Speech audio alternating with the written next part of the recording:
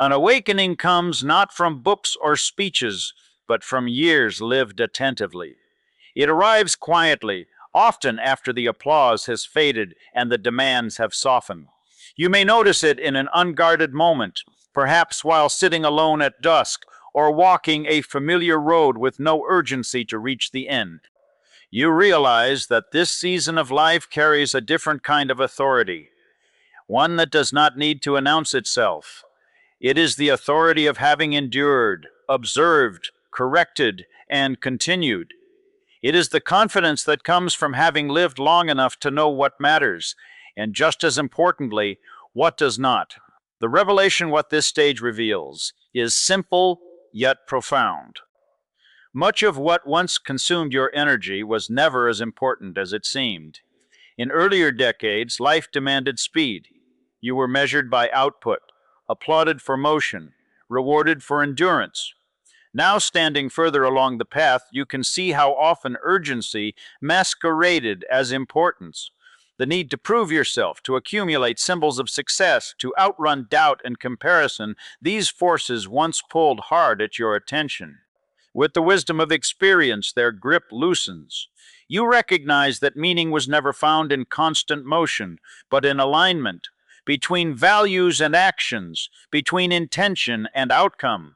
Like a craftsman who no longer rushes the work, you understand that what lasts is shaped patiently. The years have stripped away illusion, leaving behind truth that feels solid, earned, and unshakable. This revelation is not regretful, it is liberating. It allows you to stand firmly in who you are, without apology or performance. As Socrates observed, the unexamined life is not worth living. What decades teach is not self-criticism, but self-knowledge. You have examined your life through experience, not theory, and that examination has refined you. The gift of years, only time could have taught you what truly matters. Decades of relationships, work, loss, and renewal have refined your judgment in ways no instruction manual ever could. You have seen friendships deepen, fade, and sometimes return transformed. You have watched careers rise, plateau, and conclude. You have learned that wisdom is rarely loud, and that character reveals itself slowly, under pressure and repetition. The years have taught you patience without passivity, knowing when to wait and when to act. They have taught humility without weakness, accepting limitation without surrendering dignity. They have taught confidence without arrogance, an assurance grounded not in opinion, but in evidence lived. This is knowledge no shortcut could provide, because it was earned through repetition, consequence, and reflection. Consider Aristotle, who said, "Knowing yourself is the beginning of all wisdom." Self-knowledge ripens with time. You did not arrive at it quickly, but thoroughly, shaped by years of observation and correction. Like a tree with deep roots, your strength is not in rapid growth, but in stability. Storms that once threatened to uproot you now pass with less damage. You bend, but you do not break. This is the gift of years, the quiet resilience that comes from having endured enough to trust yourself. The opportunity now. With this accumulated wisdom comes a rare opportunity, the freedom to choose with clarity. You no longer chase every invitation or measure yourself by outdated standards. You have lived long enough to know that not every open door leads somewhere worth going. The calendar no longer rules you, it serves you. You understand the value of time because you have watched it pass, season by season, chapter by chapter. What lies before you now is the chance to act with intention, guided by perspective rather than pressure. Decisions are no longer driven by fear of missing out, but by an understanding of what deserves your remaining attention. This is not withdrawal from life, but refinement of it. Selecting depth over breadth, meaning over noise. As Viktor Frankl wrote, "When we are no longer able to change a situation, we are challenged to change ourselves. Later life offers mastery of response. You may not control circumstances as you once tried to, but you govern your response with wisdom earned. This opportunity is precious because it is honest. It asks you to invest where returns are measured not in applause, but in alignment with what you know to be true. This is the moment when legacy becomes conscious, not legacy as monuments or titles, but as influence, example, and contribution. The decades behind you have prepared you to shape what remains with care and purpose. You understand that legacy is often transmitted quietly, through values modeled, counsel given, and steadiness demonstrated. Perhaps legacy appears in mentoring someone younger, not with lectures, but with presence. Perhaps it is in finishing a piece of work long delayed, not for recognition, but for completion. Perhaps it is in reconciliation or in forgiveness freely given. These acts do not make headlines, but they shape lives. Reflect on Marcus Aurelius, who advised, "Waste no more time arguing about what a good man should be. Be one." Legacy is lived, not declared. In this season, who you are matters more than what you accumulate. The harvest of your years is now visible. Like a field ready for reaping, it reflects choices made across seasons, some deliberate, some imperfect, all instructive. You are not beginning again. You are bringing everything full circle. As Isaac Newton humbly stated, "If I have seen further, it is by standing on the shoulders of giants." Your vision now is extended by experience. You stand on the accumulated lessons of your own life, able to see further because you have lived longer. The path forward is not about reclaiming youth, but about exercising wisdom. It is about recognizing that this season, often quieter, often overlooked, is where life becomes deeply lived. Here, recognition gives way to inspiration. Inspiration yields truth, and truth empowers you to act with calm authority. You have earned the right to choose meaning. You have lived long enough to shape what remains, and in doing so, you complete not just a chapter, but a life brought into alignment, rich with wisdom, grounded in purpose, and enduring in legacy. At this stage of life, perspective changes everything. You have climbed enough mountains to know that the view matters more than the climb itself. When you were younger, the ascent consumed your attention, each step measured, each obstacle negotiated with urgency. Now, standing higher on the ridge of years, you see how the winding paths connect. From here, life appears less fragmented and more coherent, as though the scattered chapters are finally revealing their shared theme. What once felt like unrelated episodes now form a single narrative shaped by choice, endurance, and quiet perseverance.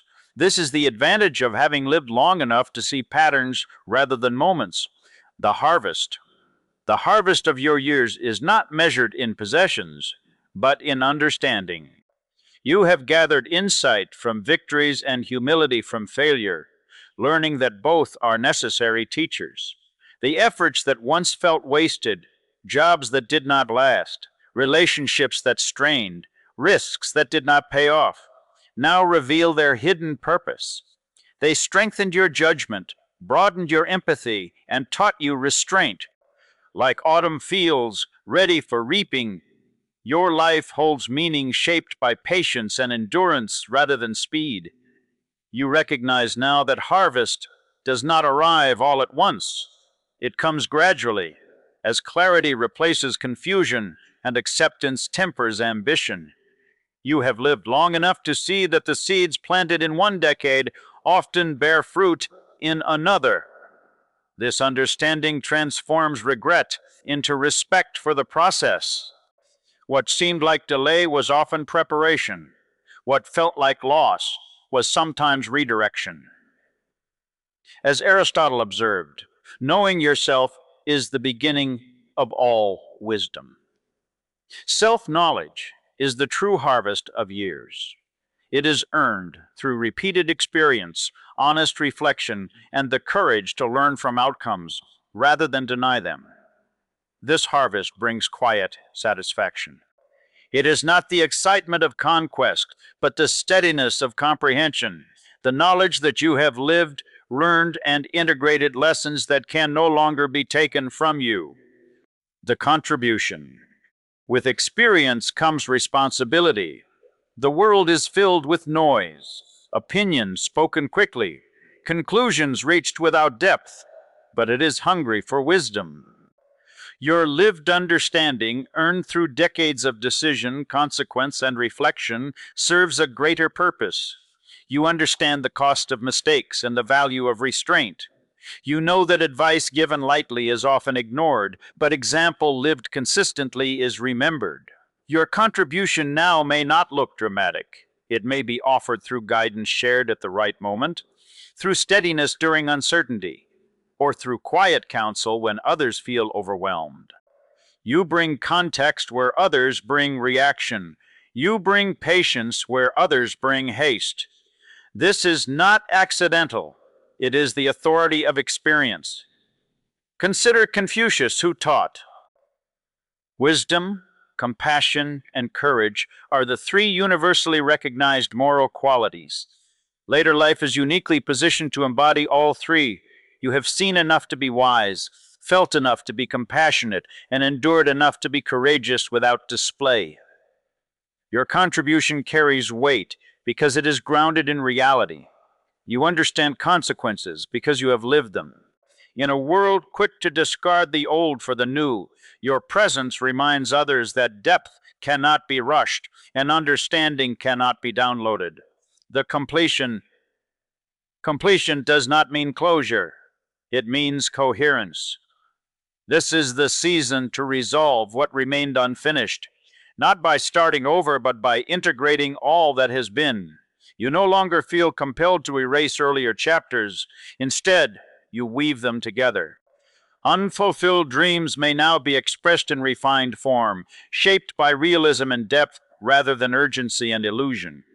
Perhaps completion appears as forgiveness long delayed, or as acceptance of a path taken with its imperfections intact.